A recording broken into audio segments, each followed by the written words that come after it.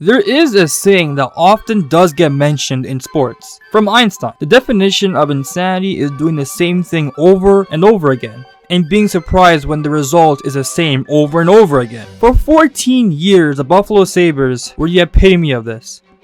Not anymore. To the naked eye, this may look like a complete shock. Nice roster, but they actually sold off a supposed member of the core in Peterka for what seemed like a minuscule return. But the minuscule return, being Josh Dolan and Michael Kesselring, seem to be doing wonders. The Buffalo Sabres for the longest time went about their roster construction like most do in the EA franchise mode games. Just add talent and ignore roster logic, cohesion, and structure. A perfect example was the 2023 Buffalo Sabres, the closest they got to the playoffs during the drought. The Sabres were a run-and-gun team but lacked good defense and a capable goaltender. Devin Levi was supposed to be that guy, and surprisingly with the Buffalo Sabres soaring, it isn't Levi who was the one super hyped up prospect making the reigns. More on that later. With the Buffalo Sabres, with Jarmo Kekalainen, and of course, credit goes to Kevin Adams, who appears to be the sacrificial lamb of this roster, the Sabres have built a playoff caliber team. But let's go back, Sabres fans. Let's go back to why we were in this playoff drought to begin with.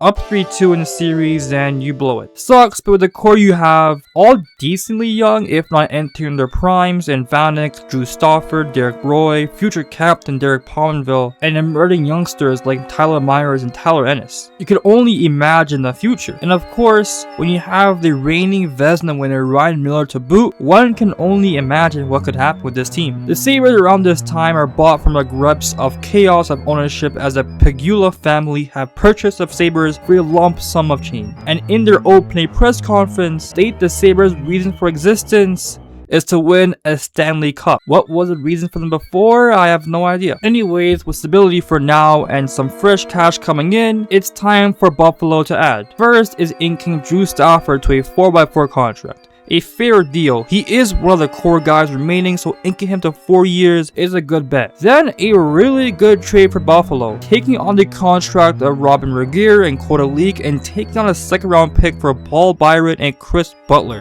Byron did end up being a productive NHLer, just not for the Flames, and that second round pick ended up being Jake McCabe, so a really solid deal for Buffalo. Let's see how they navigate free agency. Oh shit. You know, it could be worse. Ehrhoff is a really good defenseman and immediately becomes your first pair with Tyler Myers. 10 years is astronomical, but we could stomach this. What's next?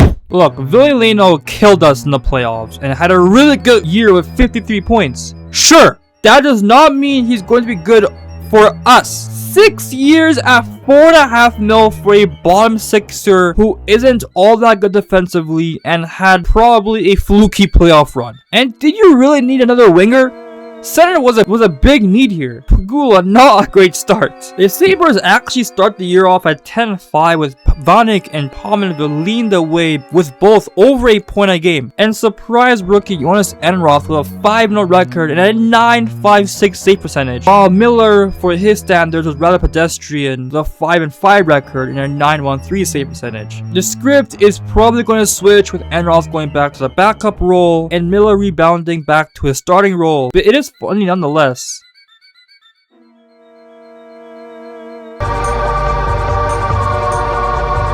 Why do I hear boss music? Huh? This is where it gets kind of dark for the franchise. You see, at this exact moment, I'm being dead serious, the Sabres are at their most winningest moment of their franchise's history. Their franchise win percentage is at the highest it is right now, and spoiler, it's at the highest it will ever be. And frankly, with fate, it might not be a coincidence why it spiraled. Meet the big bad Boston Bruins, a team that won the cup the previous year and caused Vancouverites, is that how you say their name, to destroy their city block over it, and are on a warpath to try again the next year. Let's meet the main antagonist for now. Milan Lucic. It gets overlooked since he plays with Chara and Marchand, two players who have a history of hurting players in questionable plays, but Lucic is probably the most feared player on the Bruins, which is saying something because Chara is 6'9". He's huge, probably the broadest shoulders in the whole league, and he hits hard. And in the first period, we see that firsthand. Vanek, his shot. Here's a breakaway now, and the puck gets away from Lucic, and Miller gets hammered by Lucic, and Lucic is getting a penalty. It's a dirty hit from Lucic. When you see any collisions in the NHL with goalies involved, it's usually a situation where players have no control in. The player diving for a puck along with the goalie, and the player going too fast to stop. But in this case, Lucic has no such asterisk. He is not going remotely fast enough where he can't stop, and Miller is not even in the way of Lucic. Even if Lucic did let up like Claude Julien alluded to, he's objectively a top 3 heavyweight in the league, and hitting a goalie that isn't even expecting it is gonna cause an injury, which happened. Miller was concussed from this. Why am I talking about this moment so much? It's a dirty hit, yeah, sure, but I mean Lucic got suspended for it, and even though Sabres' response was kind of pathetic, it really should be a nothing burger. Oh, how wrong you truly are. The Sabres would actually win the next game without Miller due to Lucic killing him, and after that, the wheels fell off the damn cliff. Let me tell you that. A brutal stretch that included then team record 12-game losing streak. Notice how I said then team record. It gets longer, trust me. This moment, this hit, is where the Sabres we know now of consistent winning, with them having a top 5 winning percentage in the league history. That Sabres is dead, going from solidly in a playoff spot to the depths of hockey hell. Now the Sabres were always going to eventually regress with the team getting older and losing key pieces. And maybe look at this moment can mask a lot of the really inevitable downfall. But this is my video, I'm gonna say what the fuck I want. Lucic broke the Sabres, there it is guys, peace! Another thing I want to mention is how passionate Sabres fans are. Probably the most passionate non-Regional 6 or Canadian team in the league. A small market like Buffalo Sports in general are, but don't have the allure or really heartbreak like the Bills do. The Sabres do have pressure and eyes on them to succeed. Frankly, the Sabres have honestly been a massive breath of fresh air in Buffalo sports. The poor Buffalo fans and citizens have no idea what's waiting for them. Let's fast forward to 2014 and what the fuck happened here? This was a grim squad, but more mediocre, 10 seed than anything. But this? What? Brian Miller and Thomas Vanek are both gone. Lindy Ruff is done, and here comes former Sabres coach Ted Nolan to right the ship. This isn't really a floating ship, a sinking vessel off the coast of the Atlantic. See the Sabres dead last in the league. The previous 2 years seen them finish within a single point of the playoff spot, now sees them torpedo their squad for supposed better tomorrow. And the following year, there surely is a better tomorrow. Tanking in the NHL is considered taboo. I mean, punting a full year's worth of games, wasting fans' time for the chance at a talent that might not even translate to the NHL is a risky one. But this guy right here, a certain Connor McDavid, is worth it. Every level, from a place not too far from Buffalo, McDavid has dominated the GTHL, OHL, World Juniors. McDavid has left his mark. This is the next chapter of Sabres hockey, the tank of all tanks. It's gonna take a lot. They have some competition. Can Buffalo keep up? Or be square? Or they, I don't know. Buffalo have never really been known as a losing hockey team in their franchise's history. Like I said, among the best winning percentage in league history for teams, and really their only rough patch was a post-Hasek pre-Danny Briere days where they're just mediocre, not really bad. Buffalo decided to buy out both Leno and Ehrhoff, and their below deals. Even though Ehrhoff looked fine his first year, both have looked dreadful as Buffalo Sabres and are bought out with the compliance buyouts given to them from the lockout. Compliance buyouts are a special type of contract termination where the team doesn't have to pay the full salary cap penalty but can spread it out.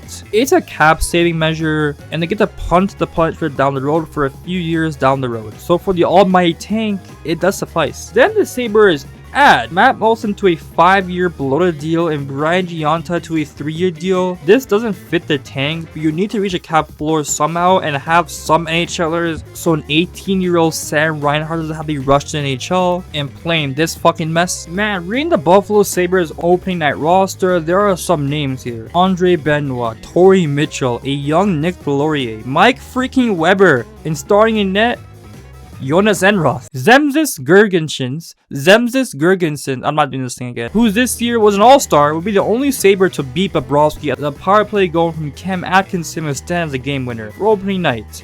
It's gonna be a lot of those L's, trust me. Team Tank is in full force as the Sabres will lose 7 of the first 9 games and prime for the top odds. Only problem?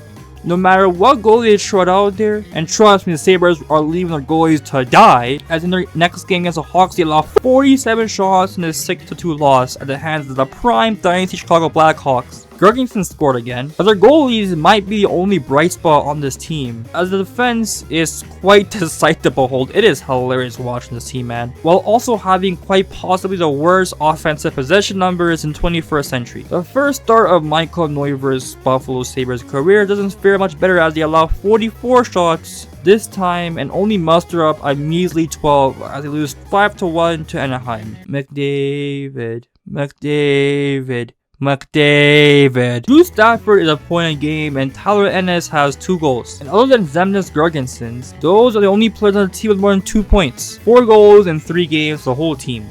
And conceding 12. You may look at the goalies, but the Sabres aren't even trying, man. Like, it gets to a point where you have to question the players that actually enjoy the sport of hockey. Buffalo gets their first win the next game against the Canes, a shootout win to another bad team. Albeit the spectrum of trashiness is so off compared to each other, it's not even funny. The Canes look like the old 2 Red Wings in comparison to Buffalo. Then proceed to lose 4 straight where they scored 1 goal in that span. Also in that span, those 3 teams would miss the playoffs. This was a bad stretch. Something I'll give credit to though is the attendance. The Sabres are dreadfully awful, but don't see crowds sub 17,000 for the first month, which is generally incredible for any tanking American hockey market. Shout out to Sabres fans, man. A win against the Sharks where they're outshot 30-15. Huh? And the goal scorers include Cody Hoskins and Sam Reinhart's first career point, and his only point of the season. He would be sent down. He wouldn't go a whole year without a point, don't worry. But with this Sabres season, I wouldn't blame you if you thought otherwise. This is such a bad hockey team, man. There's a bunch of metrics that can tell you how bad a team is playing without any counting stats. The Sabres will finish dead last in all of them. Expected goal percentage, Corsi percentage, Fenwick percentage, pretty much any 5v5 scoring stat you can think of, they're dead last by a country mile. They will finish with the worst marks in most of these metrics in the analytics era. They are being saved by the revolving door of goalies who are playing out of their minds, and it's already becoming too late. Look at these shot totals. I wanted to highlight the first 9 games because it was a great indicator on the Sabres season as a whole. Getting outchanced, outshot, outworked, and having the goalies be the sole reason it's not 10-0 most of the time. But a shining light of hope in the case of Connor McDavid dawns on Buffalo. Can it be? Buffalo adds in the deadline. It's in a weird sort of way. Acquiring and then injured Evander Kane in exchange for a package including Brendan Lemieux, a first-round pick, and former franchise defenseman now turned geriatric top-four defenseman Tyler Myers. It's a weird time to sell on Myers, but you are getting Zach Bogosian, who is a worse and smaller Tyler Myers, so I guess it kinda cancels out. The big get here though is Kane. Kane is a head case, but also someone who can, in theory, be a fantastic fit on a struggling team needing any sort of heart and, well, presence, which Kane can provide. He's a scoring power forward. GMs love those, and is still relatively young at 23 years old. But the issue is, like I said, he's a head case immature and a lack of a pristine culture in Buffalo for someone to keep Kane in check. There might be some issues down the line. And lo and behold, before he even plays a game, he gets in trouble. Great. Here's another issue with the Sabres. There is no accountability at any rank of the organization, whether it be the players, coaches, or hell, even management. Any wrongdoings was always thrown out under the almighty tank. Many things went wrong, whether it be coaching, or the lack of available personnel, or hell, even the ownership. The blame was always thrown one level up. Players blamed coaches, coaches blamed management, management blamed ownership. And with this, you get what we see today. A bungling mess of a roster with a direction that is swayed on a few ping pong balls, all in the hope that you get a generational player. You land not only a generational player, but like 5 different key forwards and defensemen and a goalie who isn't scarred to death at this point.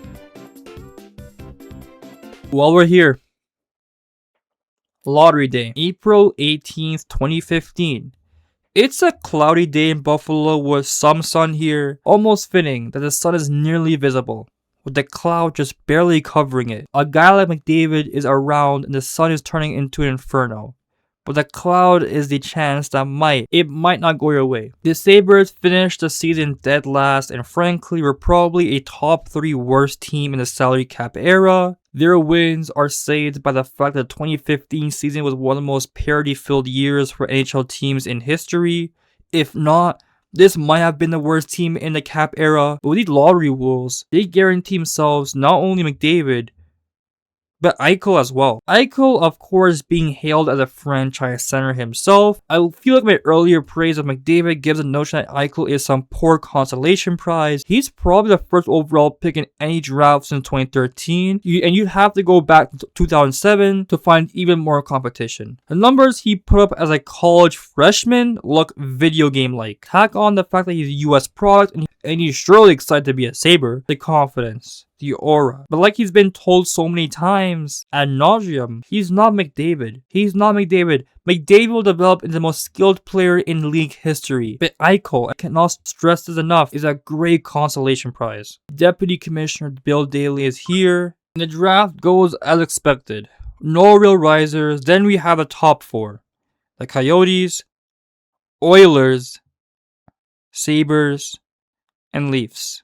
And you just know these 3 fan bases are on the edge of their seat, just stressing beyond belief. The act of teams' fortunes being turned around with some ping pong balls isn't some revelation here. The Penguins in 2005 were bankrupt and on the verge of relocating before Crosby. The Hawks, who had a nice core, yes, but were missing an impact forward and also facing depressingly low attendance, got Kane and formed a dynasty. The hilarious thing here is, the Sabres, out of the 3 teams I mentioned, the Oilers and Coyotes, are probably in the best spot as a franchise. Like, Coyotes have been dreadful since their 2012 Western Conference Finals run and have severe arena troubles. And not the, oh, we need taxpayer money to pay off the arena issues. No, they have, we can't find a viable arena issues. Relocation on numerous occasions have been closed and shut down in the last minute. And starting next year, instead of the Phoenix Coyotes, they'll be called the Arizona Coyotes due to set arena struggles. And the Oilers, who yes have a new arena starting 2017,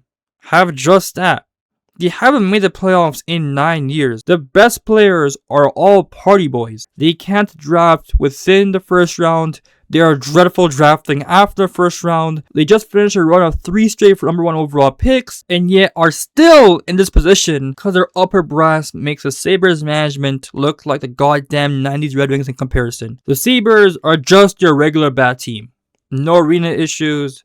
Attendance is sparkling for a tanking team, and the prospect pool has some interesting names. If we're going based on what team needs McDavid, out of the 3, the Sabres are in contention? Probably not. And we're back. The fate of those 3 franchises are the mercy of a card. The flip will tell the fate for not only the Sabres, Oilers, and Coyotes, but McDavid and Eichel. 3. The Edmonton Oilers.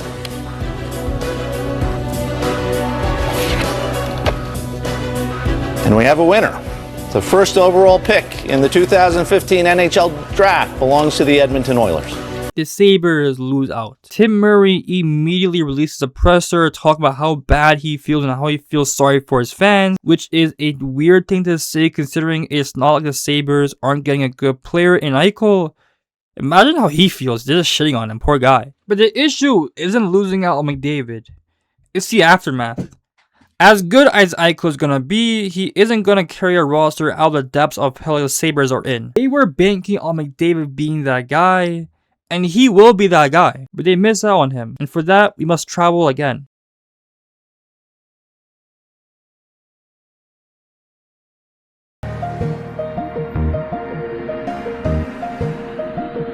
2018, the Buffalo Sabres are reaping the benefits of their losing. Of core guys, including Jack Eichel, Sam Reinhart, a newly acquired star center from Colorado, and Ryan O'Reilly, a healthy Evander Kane, Robin Leonard, Jason Pominville's back. Let's go. It's a young team, yes. The team has taken strides from 2015. Slowly, but surely, this is an improving team, albeit still massive holes in the back end. The team depth is spotty, but there is an avenue to make the playoffs here. The locks this year are probably the Lightning and Leafs. The Sens, albeit coming off a Cinderella run for the ages, are probably a shoo-in barring catastrophe. Oh hey, what's up? The Habs and Bruins are in the mix. Then the Metro teams include the big three of Penguins, Caps, and Blue Jackets.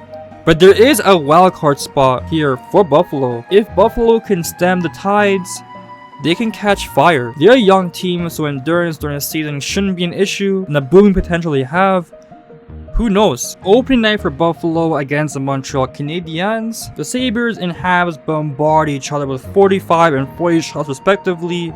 But in the shootout, it is the newly acquired Jonathan Drouin from Montreal who steals it for the Habs. Not a bad game at all. Definitely improvement from 2015's opening night. Eichel looked solid with his shiny new $10 million deal. Team as a whole looked significantly better even comparing to last year, let alone 2015. The Sabres then go to Long Island and lose as they get torched for the 6 goals in a game where 4 shorthanded goals were scored.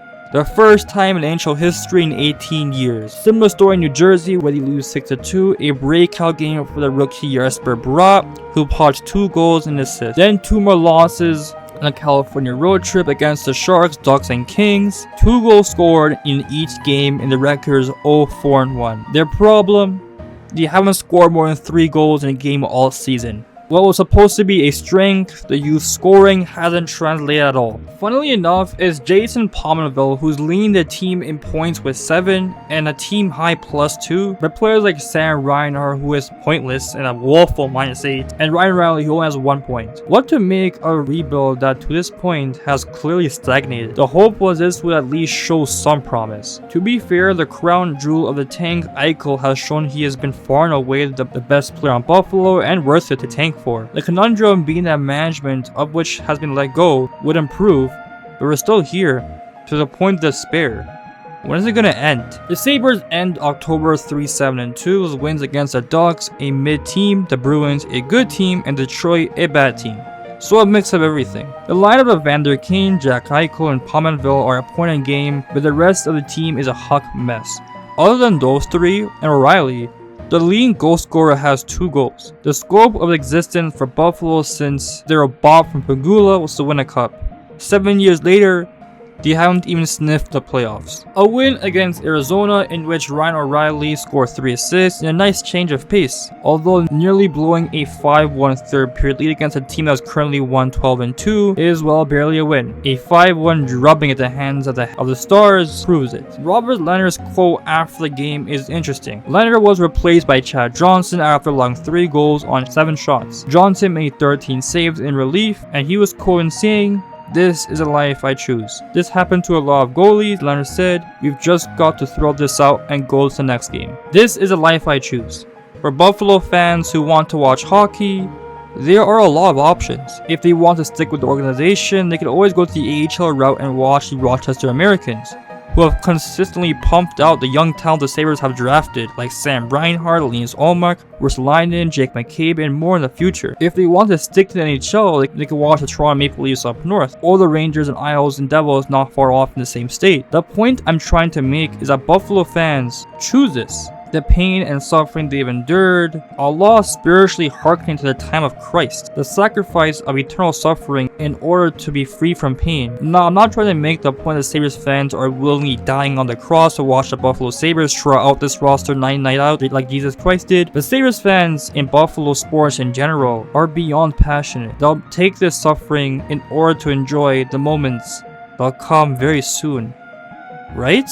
The Sabres win a game against the Capitals, who will win the Cup this year but are struggling mightily for some reason. Similar to the Sabres, where they have a singular line playing well, but the rest of the team is not pulling their weight. But for Buffalo, that was a bad stretch of games where they lose 7 straight to some really bad teams. Habs, Red Wings, Panthers will all miss the playoffs, but the worst part is that 5 of those losses, not including internet goals, were by 1 goal. If this was the 2015 Buffalo Sabres, there'd be solace and entertainment in the fact that they were losing in close games and still making ground in the tank battle. But these iterations of the Sabres are trying to win by any means necessary. These morale wins don't mean shit to them. Buffalo gets a mercy win at the hands of the Oilers, a bad Oilers team whose team makeup behind Draisaitl and McDavid is woeful. Then 3 straight games in which they don't even score a goal. This streak, albeit small, essentially kills the season already.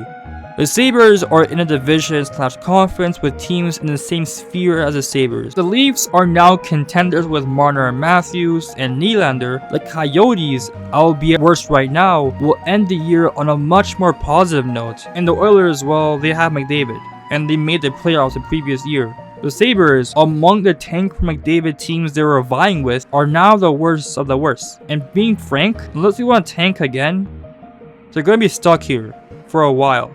Their roster, albeit young, their ceiling isn't really that high. So, let's tank again? Rasmus Dahlin has been for the longest time touted as the best defenseman in the draft since Victor Hedman, and is a franchise, maybe even generational defenseman. What makes him so elite is he possesses a full package for a defenseman. The skating, the offensive wizardry that'll translate to the league right now, and the shutdown capabilities rare for an elite defenseman his age and caliber. Pair that with him already having experience playing as grown men in Sweden, the Sabres just apocalyptically bad defensive core. You'll get a jolt of energy if they get this guy. But now, yet again, the Sabres have another reason to tank against for a top tier prospect. The competition this year isn't nearly as stiff for the last few spots like in 2015. The Sabres don't need to go all out to lose. Can they get the missing piece? Yet again, they do go for it.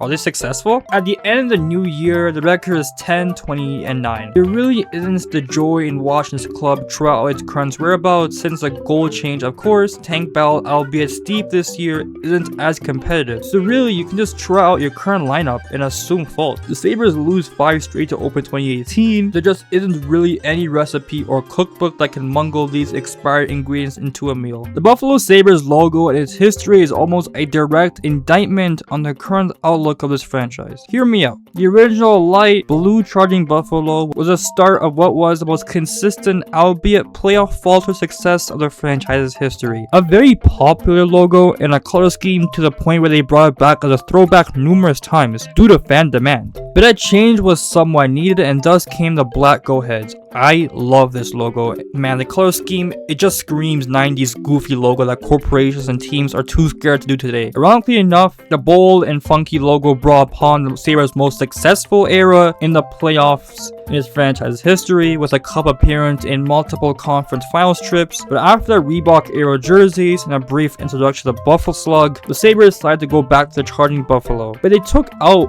all the joy and charm it came with it and made it a dark navy blue charging Buffalo, taking the life out of the logo. And thus, with these jerseys, the Sabres are mired in the direction of ineptitude. The Sabres win a game in which Linus Ullmark makes his first start since 2016 and backstops Buffalo to a 3-1 win and 44 saves. You see, the thing with Buffalo, and it's been like this for a while, is that they have and truly produced good goalies. Chad Johnson is alright, and Robin Leonard, when focused, is a good starter. The Sabres' defense in team depth is just so bad, there's really no chance of mustering up anything 5v5. The Sabres will finish the season with a 40% goals for percentage out of 5v5, by far the worst in the league. The Sabres then lose 2, including a big one against the Stars, then win 3 in an Eastern Canadian road trip where they only allow 1 goal the whole 3-game series, and big ones in Edmonton and Vancouver, 5 and 4-0. It's a mirage.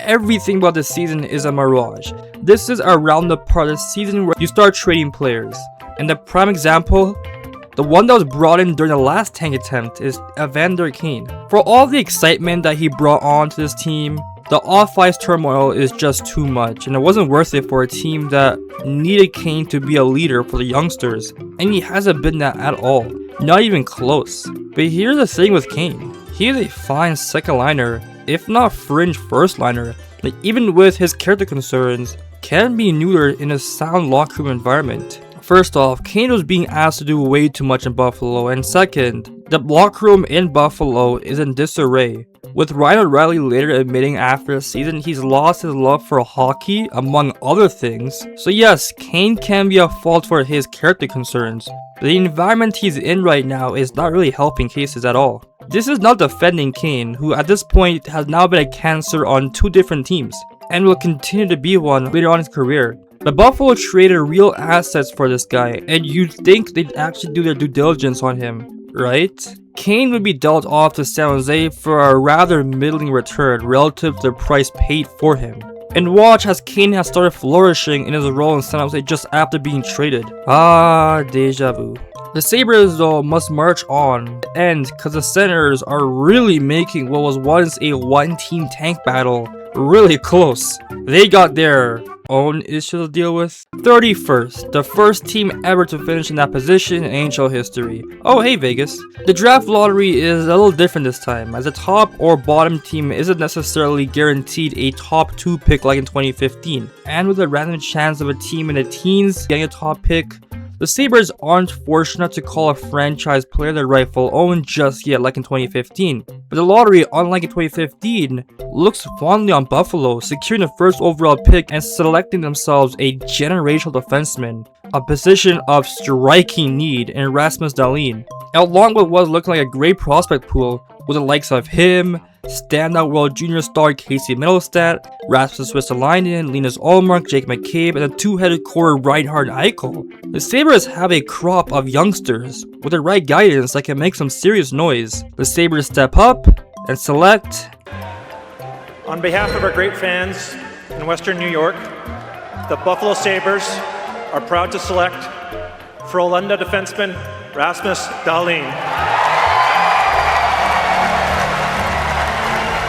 It's a new era in Buffalo. Romans chapter 5 verses 3-5. We rejoice in our sufferings, knowing that suffering produces endurance, and endurance produces character. This may be just a Bible verse, but it's also a symbol of being a sports fan, not just a Buffalo Sabres fan. The suffering has to end. It has to. It just can't keep going, and with the crop of youngsters Sabres have acquired this year, the endurance will create joy, withered into nothing. For once a franchise steps out, one of America's most passionate fan bases will rejoice.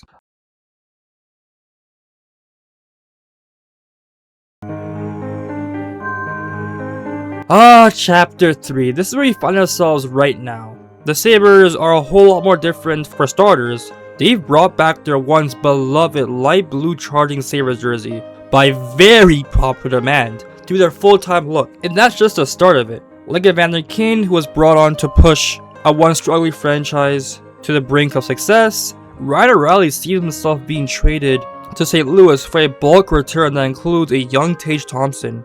O'Reilly proceeds to win the cup and consummates his first year. The Sabres roster as a whole looks so much more different, with a lot of the younger guys not taking the game-changing steps needed, other than Eichel, who looks like a top 10 if not top 5 center, and the depth still being a major issue. So here's Taylor Hall at a 1-year deal. He wants a cup, Buffalo it is. There's also the acquisition of Jeff Skinner, who had a great first half of his Buffalo tenure and a mediocre second half, and yet still got this contract. Let's see the very next year before we start judging. Oh my god. Also add on a new coach in Ralph Kruger, who struggled getting anything from his top players, and well, you have a team. All joking aside, this 2021 team is a massive make or break season for this roster and essentially its core. To this point, from where we last left them off, the Sabres still haven't made the playoffs and have gotten no results from both of their tanks. The specific players in both Jack Eichel and Rasmus Dahlin have proven to be worth the hype, but the team around them is still awful. Can they get it done this season? The Sabres will play in the East Division due to COVID and will play the same few teams. Just letting you know, cause the Sabres will play off against the same teams a lot. Like a lot. The Sabres dropped their first 2 games of the season to the Washington Capitals, both really close games until the end. It sucks to go down 0-2, but it is an improvement, and with a somewhat capable top 6 in a division with so many question marks, you know the Sabres, like their owner and GM said, can compete for more than the playoffs. Wait, that's fucking hilarious. The Sabres get their first win in Game 3 against the Flyers with a 6-1 crushing. New addition Taylor Hall with 3 assists and Eichel and Reinhart with 2 goals and 3 assists to their own. Eichel starting the year with 6 assists in 3 games, though the scoring discrepancy is an issue. Who cares at this point, as the team is looking somewhat passable, which is something we haven't been able to say for this team other than a random October hot streak in 2018 in nearly 12 years. A return fixture see them lose 3-0 against those same Flyers, but then a 5-game point streak that saw them shoot the record to 4-3-2. Very respectable, and for the surging Buffalo Sabres, the immense hope finally may be here. Although only scoring that singular goal, Hall is tied with the team lead in points with Jack Eichel, and him along with Swedish sniper Victor Olofsson form a formidable first line. But there is a player we need to talk about. Jeff Skinner was brought here in the summer of 2018 in an effort to desperately end the drought. His first half of his first year went incredibly well, like I mentioned, scoring at around a 50-goal pace, and the Sabres seeing their first glimpses of success during the rebuilds. Then the second half hit, and oh boy, did the streaky scorer go streaking in a bad way, hitting a wall, and with him being on a rather one-dimensional player archetype. When he wasn't scoring, he wasn't really doing much of anything else. Contract negotiations went during the summer, and oh my goodness. The next year was a disaster under Ralph Kruger, a defensive first head coach who hated Skinner, burying him on the 4th line and having his goals totals cut by 2/3. A player who played a large majority of his minutes with Jack Eichel now was used in a checking defensive role, and to be fair, he was winning those minutes. They weren't paying him $9 million to be Cody Eakin though. They're paying him to be a 40-goal scorer, and that's the issue. I say this now because the Sabres have established a player in the Skinner role. Victor Olofsson is not as good of a natural goal scorer than Skinner is, but he has a better shot, and albeit right now, is playing better. Skinner at this moment has 1 assist in 9 games, and it is not looking like it's going to get any better anytime soon. After a loss to the Devils, in which they allowed a game-winning goal to redacted, the Sabres don't win the next 6 games. Don't worry, Buffalo fans, it's because those games were cancelled due to COVID. The Sabres do actually lose the next 3 games for real this time after hiatus, only scoring 2 goals in that span. The once dynamic scoring trio of Eichel, Olsen, Hall have cooled down, and the Sabres' depth, other than Reinhart, who's having a true breakout year this season, as a two-way beast, is abysmal. Other than those 4, the next highest scoring forward is Eric Stahl with 5 points in 13 games. Skinner still has 1 assist, Dahlin has 4 points and is a team worst -14. This team, for all the hoopla the brass talked about not only want to make the playoffs but win a cup, yes, that's still a real thing. The Sabres team as constructed is not good. The top end talent is fine, I guess, but the depth from both the defense and forward core is bottom 5 caliber. A win, then a loss, then a win. Both wins coming against a similarly bad Devils team. Sees the record as 6-2. February 23rd, 2021. Tiger Woods would crash his car for the first time that day. If that's relevant to anybody, no, okay. So what's the real context for this date? Well, for the next 18 games, the Buffalo Sabres would go winless. Over a month and a half, nearly going all of March without a win. This right here is the lowest point as a Sabres fan. 2015, 2018 were years where they weren't really vying for anything more than at least minimal success, with the impending drop-off more of a draft lottery luxury than anything. But 2021 was a year where there was supposed to be improvement. Look at what management and ownership said before the season. The Sabres are at rock bottom. This 2021 draft is considered one of the weaker ones in recent history. There really isn't any hope coming. A lot of so-called younger players that were supposed to support the 2021 squad haven't done that at all.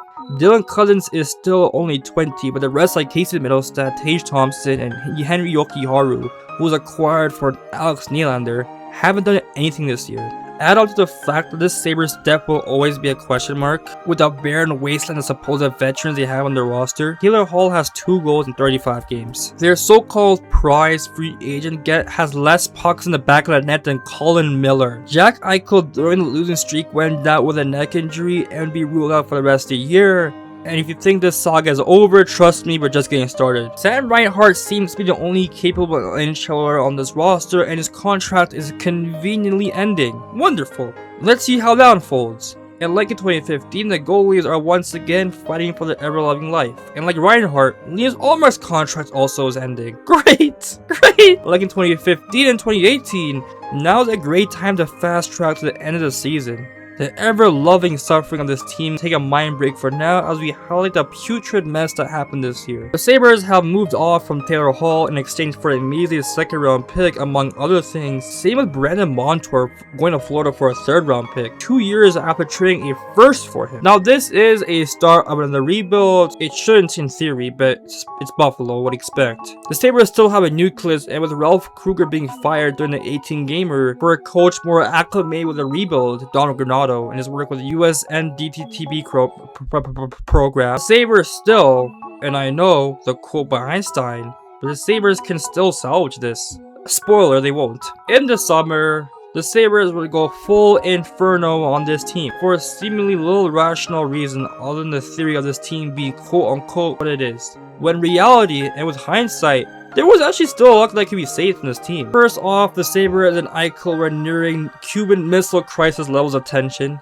There was always some animosity between the two going back to the Dan Bylsma firing, but with the Sabres losing in hilarious fashion, it always seemed like Eichel was a ticking time bomb. But for some reason, the Sabres decided to throw a carton of gasoline that was an Eichel saga. You see, during the losing streak, I mentioned Eichel be shut down with a neck injury. It wasn't life-altering or even that serious. Don't worry, paralysis isn't on the table here. Eichel, being a normal human being and wanting control of his own body, asked Buffalo for a never-done-before neck fusion, a surgery that would keep him fully healthy, while the other option would be a brutal rehab and still give him a chance of re-aggravation, and while leaving in more pain even after rehab. The Sabres said no, and with him being under the contract of the Buffalo Sabres, Buffalo had full autonomy of his injury plan and recovery, and for months it was a back and forth media shitstorm. Eichel's agent and doctor would provide medical records that the neck fusion was actually a way more safer alternative,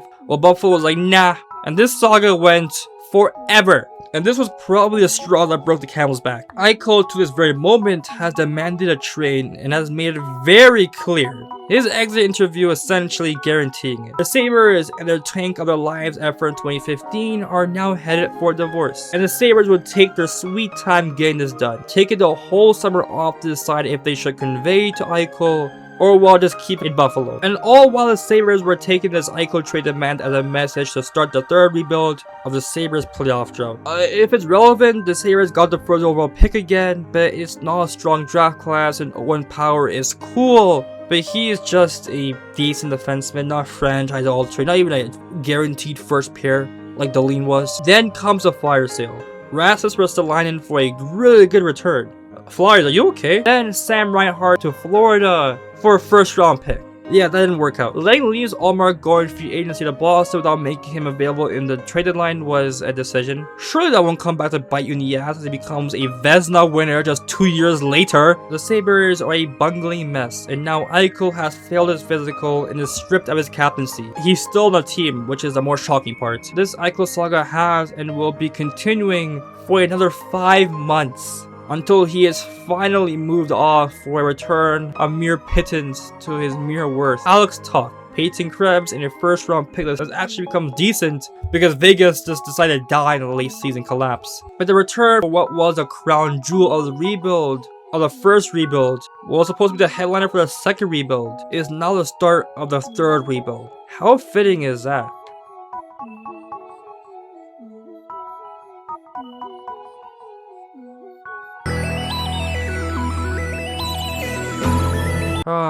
Chapter 4!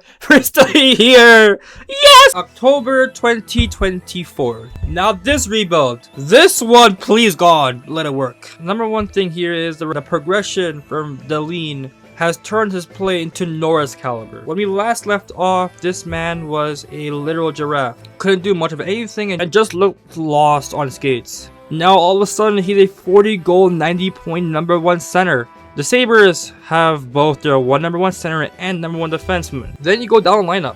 Alex Tuch, the star return on the Eichel trade, is a 70-point player. JJ Peterka, a 2020 draft pick likewise. Depth players like Jason Zucker, Ryan McLeod, Jack Quinn, and Dylan Cousins also provide depth between the two. Zach Benson, a 2023 draft pick, was a steal when he was picked and has been monumental for the Sabres. On defense, the aforementioned Owen Power has been there. Hasn't really broken out, but he's there sometimes. Big as hell though. And a goaltending tandem UPL and Devin Levi, the star goalie prospect brought to Buffalo in Sam Reinhart trade. Speaking of which, what's he done? In theory, like Buffalo teams in the past, they should get it done. Should.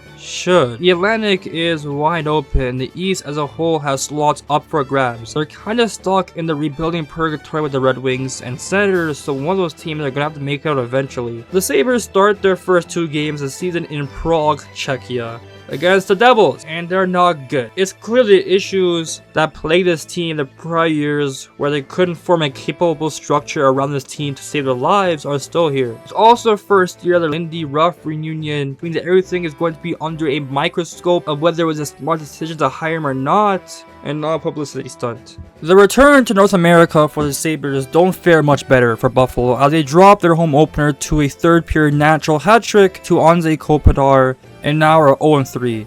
Deja vu? Although winning their next game against the reigning Cup champions for the Panthers is a nice change of pace, the top guys, Tage Thompson, Dahlin, have struggled with 2 goals and assists respectively between the two. Now the Sabres have played formidable opponents, but it's not like Buffalo doesn't have the talent here. We've talked about this a lot. The Sabres have accumulated a chest of young players over the years, and in theory, they could and kind of should be blooming right now. But yet year after year, the lack of a capable veteran good player to lead the Sabres out the dark ages are felt. The so-called older experience they brought in have become liabilities on the ice, and in most cases, young players are the ones that will have to carry the weight of the team.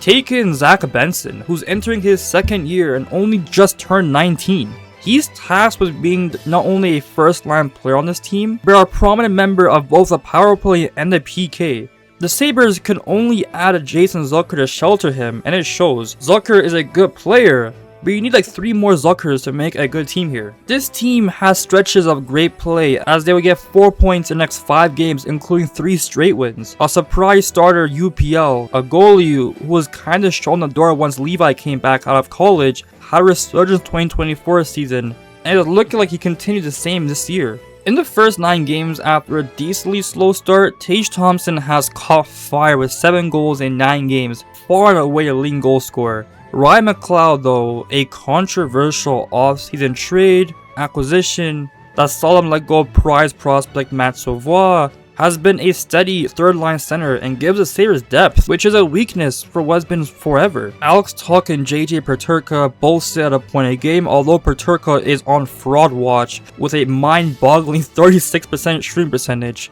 We'll keep an eye out for that. A player who's really struggled though is Dylan Cousins. He's been borderline liability for the Sabres ever since his breakout 2023 season, and now looks like a shell himself. Another casualty of the Sabres rushing the young players. His rookie year was a 2021 season where we touched on earlier was a season from hell, and his development has been at the forefront of the mismanagement of Buffalo. Of course, blame lies on Cousins, who has gone from a feisty checking forward with a great shot to a north-south, no-brains, all-tools third-line plug. I mean, the regression of Cousins was the reason why they acquired McLeod in the first place. But the Sabres have done no favors for Cousins, who gets terrible deployment and gets really no line mates to really work on his strengths. But even when he's on the ice, he's a liability with a relative goal percentage of negative 4.2%, which means he's actively hurting the Sabres when he's out there. With his contract, this may be a lost cause, unfortunately. On defense, it's actually Owen Power who's outplaying Dahlin, though take that with a grain of salt because Power for pretty much his entire career is a sheltered 6'6" defenseman. He doesn't get the hardest matchups and oftentimes is a third demon behind Byram and Dahlin, which makes for an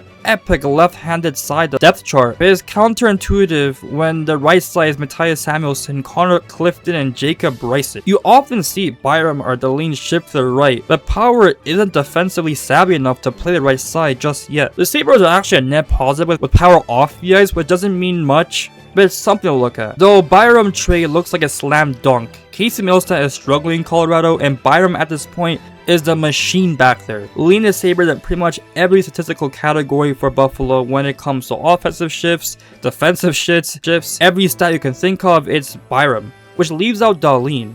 What's going on with him? Dahlin is a freak of nature, unicorn defenseman, one of the very few in the league who can get 70 points, have the whereabouts to shut down the best players in the other team, and be physical enough to dominate against any forward. But so far this year, he's not himself. More on that later. The Sabres are honestly not a bad squad to start the year, and if they get some of the top players to their standards, then maybe, just maybe, no, can't see it. It can't be. The Sabres then lose 3 straight. One of those was a game where they got out-goalied by both old-ass Cam Talbot and Vezina finalist Ilya Sorokin. Those games were without Zach Benson, who was out with a lower body injury, who has all of a sudden become their best defensive forward. Like I said, a very questionable wing depth. Then 3 straight wins, including outscoring the Sendon Rangers 11-2 in back-to-back games, a game where all 12 forwards registered a point, which is so endearing. The Sabres, like I've mentioned ad nauseum, have had trouble getting depth from either the Ferris wheel of poor veterans or not ready yet youngsters. But this year, even with the top guys who may not be up to snuff,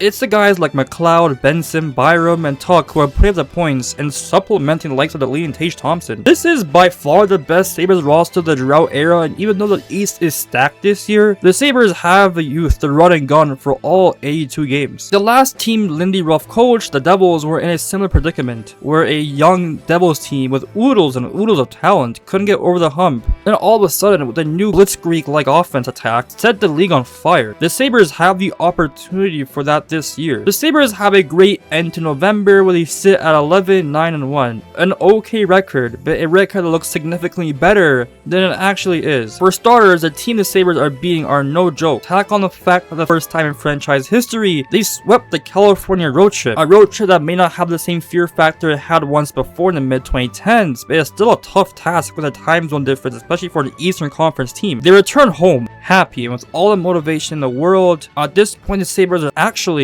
in a divisional spot. Yes, I know the rest of the East are prolapsing on the ice at this very moment. But third in the division, Buffalo Sabres are in a divisional spot. The Buffalo Sabres, and I'm going to say it right now, are in a playoff spot. Surprisingly enough, no player on the team is above a point a game at this very moment, with talk being dead even. But it's a very balanced approach, which is why the Sabres have found success. Tage Thompson, though with an injury, has 11 goals in 21 games. And even the likes of Jason Zucker, who has been a surprise revelation for them, have been key components. Though good defensively, Zach Benson has struggled mightily with only 4 points in 15 games. The issue is he's not strong enough to simply snipe the goalie just yet. A lot of his goals last year were so-called garbage goals, although his first certainly wasn't. So Benson either needs to develop, he needs to fully adapt to the Brad Marchand clone, or needs to get stronger wrists. Dahlin, after a slow start, has been tremendous with 19 points in 21 games. And even though it's actually Byram that gets all the hard deployments,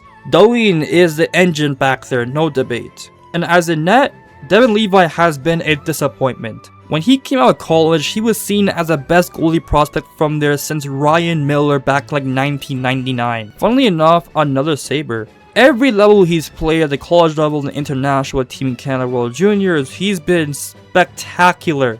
But for some reason, he's failed to put it together in the NHL. The AHL has seen some strong stretches, but the jump seems to be just too much for him so far.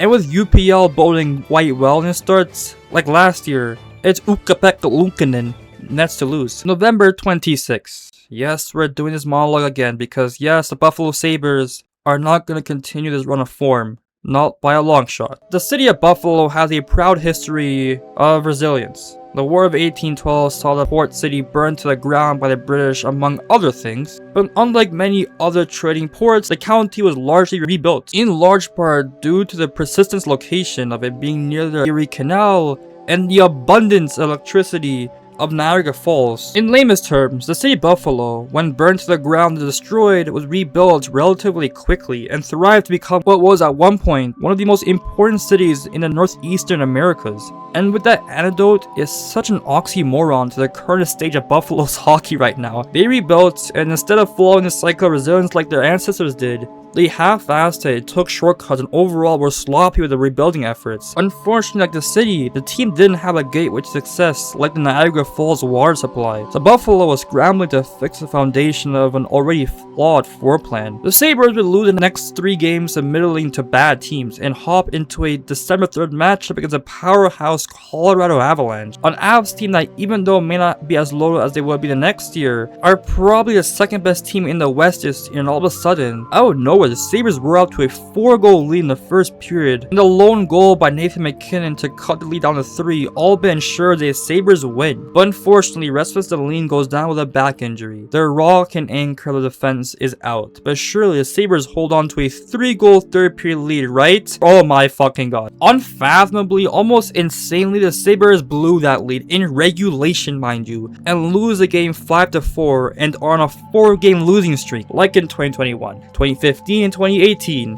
A loss, one misstep for an immature, young, and for some reason still rebuilding team is all it takes. All it takes to implode in depressing and frankly hilarious fashion. 13-game losing streak. Almost a repeat of the 2021 18-game losing streak. That includes a freaking owner having a players only meeting. Yes, Terry Pegula was arm in arm in a locker with the players. How riveting. The solution is in the locker room? Yeah, sure, man. Then there's a GM mid-season press conference. Just an absolute clown show. Openly shitting on the city of Buffalo in regards to why they don't sign free agents and have $8 million in cap space, and the rationale of buying out Jeff Skinner to not use his cap space, stating, and I quote, "The Sabres aren't a destination city. We don't have palm trees." Mind you, during the exact time the number 1 team in the league was a tourist hotbed known as Winnipeg, Manitoba. So then the Dahlin injury, which exposed many issues with this roster, specifically their atrocious right side of the defense, which included arguably the softest of defensive defensemen in the league in Mattias Samuelsson. Their goalies weren't all that good before, but come on, look at this effort. And frankly, a lot of this losing is effort and lack of focus. They lost to teams like Vancouver, Utah, Detroit, New York, bad teams, and frankly, there were games where they were flat out beat. The low point being a home game with massive quotes considered against the Leafs, and just look at this. The streak ends at the hand of a 7-1 crushing of the Isles, the last game before Christmas, so I guess that's your Christmas gift. Dahlin showing his importance with 4 points definitely could have used him during the losing streak. Not exactly a death row of good teams here. At the end of 2025 is 14, 20, and 4. This season is at this point essentially over. Not only are the Sabres out of a playoff spot by significant margin, the East this year, and finally the team that the Sabres were competing with, the Red Wings Senators and even Montreal Canadiens, have lapped Buffalo and have found success. Not Buffalo. It's never Buffalo. When is it gonna be Buffalo? The Sabres for the rest of the season kinda go 500-ish. The issue with Buffalo is they, even though especially at the end of the year, they find run of form. Though compared to other years where they just torpedo the year, the Sabres at least show a sense of dignity. Although it may just be torpedoing Buffalo's draft positioning, and frankly there isn't really any reason why they should be winning at all. Buffalo is already in a position to sell off, moving off the most misaligned piece in Dylan Cousins to Ottawa in a swap for a similar misaligned player in Josh Norris. Norris is by far the more consistent player and is a better fit as a second liner than Dylan Cousins is, with his metrics in moving the puck being a lot better. Although the Sabres frankly are actually a pretty good transition team, even with Dylan Cousins being a top 5 team in most transition metrics in the league. The two issues with Norris is this: he is a somewhat one-dimensional 5v5 player and gets most of his looks on the one-type position on the right side in Ottawa, something that got him 35 goals in 66 games as a sophomore. But his 5v5 counting stats, and frankly as a player who possesses a puck even strength on a putrid 5v5 offense in Ottawa, wasn't great. And the second issue, and by far the more worrying one, is his inability to stay healthy, like at all. 3 different shoulder injuries, surgeries, and overall was once a dynamic center in 2022, is now a shell himself this year. But the Sabres are taking the risk on upside, and to be fair, the Sabres don't really have much to lose in Dylan Cousins, who has been dreadful this year, and may have gone O'Reilly syndrome in Buffalo. Though the Sabres adding a second round pick here is perplexing. There isn't really much of a difference between the two players, as their value is about the same and their cap hit differential is about $800K, and an extra year for Cousins.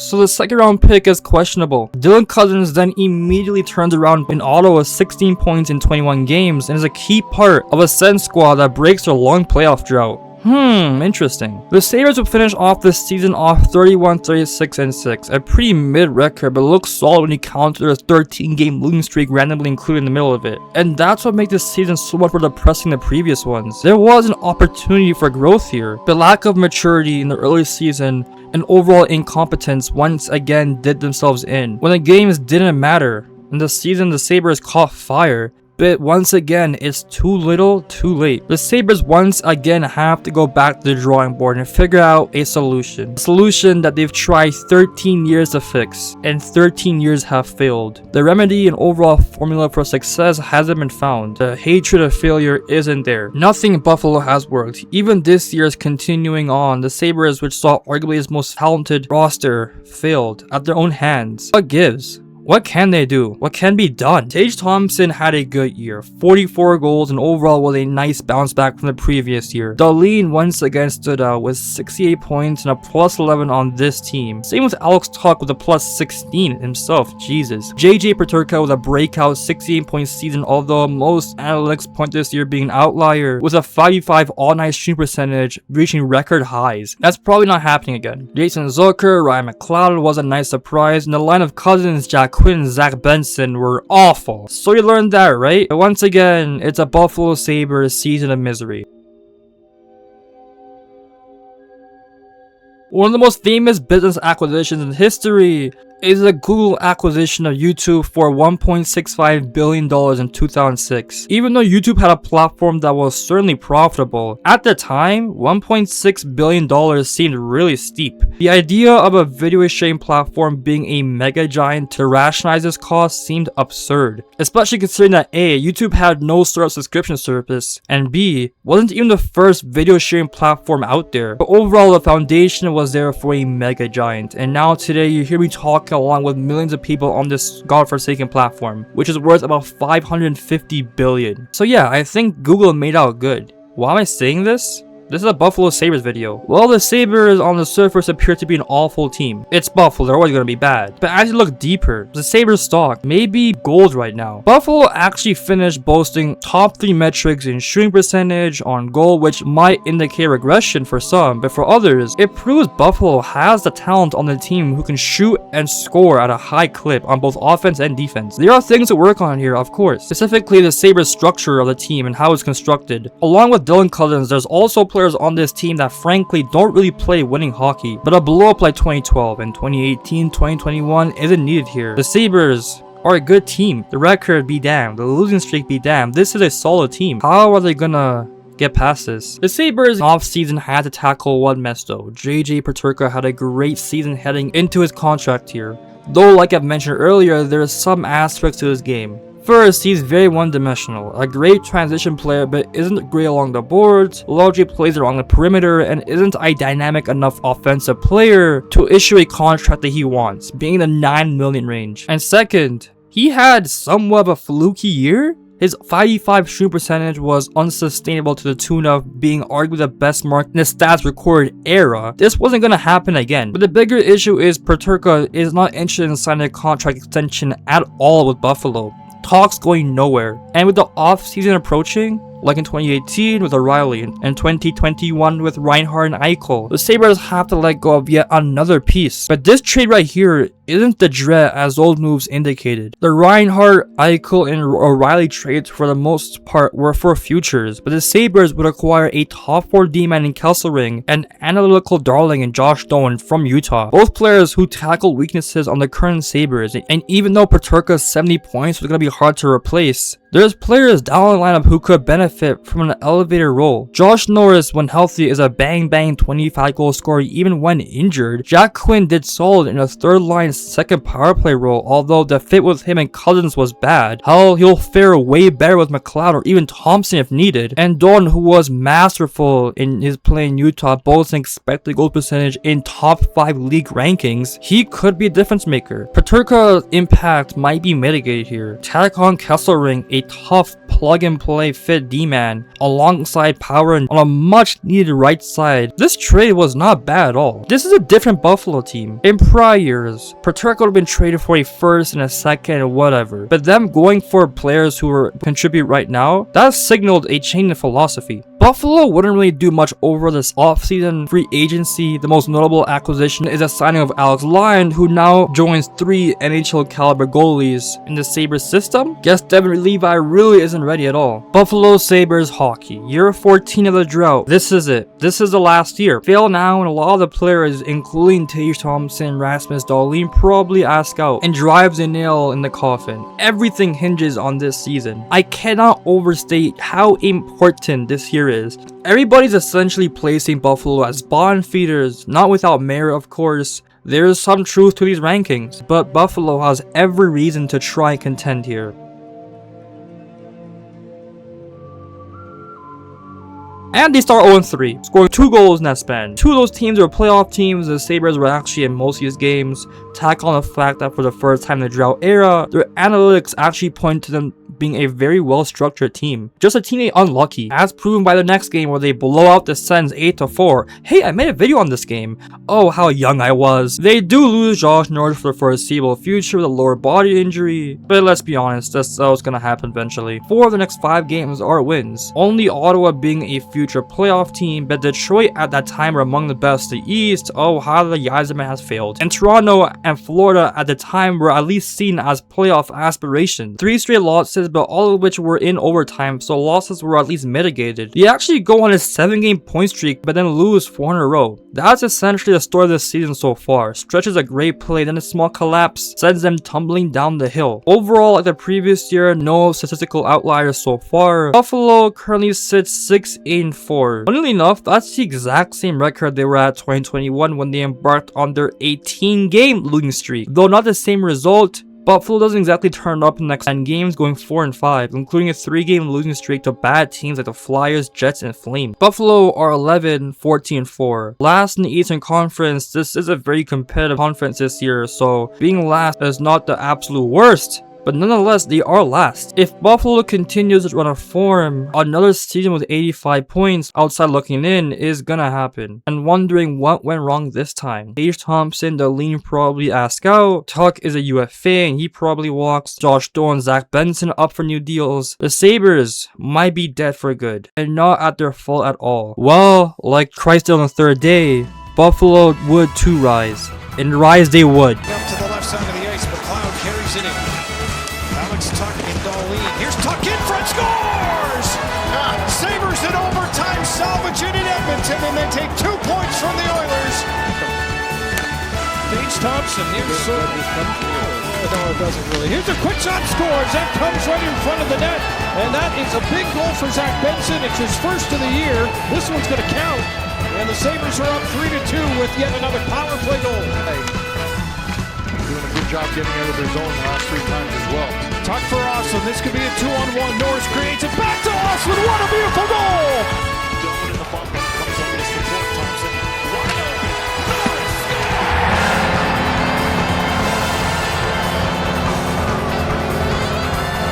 We'll call it modern era of number of specialty moments in a hockey game, but here's Rasmus Dahlin, coast to coast, and he finishes it with the most. A backhander to open the goal, scoring on a beautiful play from end to end by the Sabres captain. Wow! Devils get to the Sabres line. That's as far as they go. 2-on-1 now as Benson holds it, fires, scores! Sabres have taken the lead in New Jersey. Benson continuing his scoring run here, and it's 2-1 Buffalo. Byram will skate back inside his own zone. Here's McLeod now, in across the Ottawa line. For Byram, one-timer, scores! Bo Byram, overtime! A truly remarkable, spectacular turnaround commenced. There was some proof by analytics that they could go on a run, but not like this. The Sabres at the time lapped a wins percentage that would contend for the all-time wins record. They were on fire. I won't go too much into the season as the Sabres season just ended as I'm recording this video, unfortunately, at the hands of Alex Newhook. Are you fucking kidding me? Sabres should be proud. This entire video is an understudy, an understatement of what they went through. I didn't go into nearly as much as I could have in the 14 years that they missed the playoffs. The amount of stories, the amount of embarrassments the team went through, the amount of times they've lost, the amount of times they've had hope, the amount of embarrassing stories from teams, alumni, officials, a team owner. I could have gone more into depth, but I didn't because this video will be 10 hours long. The Sabres are back. How back? We'll see this year, but for now, Buffalo hockey has commenced.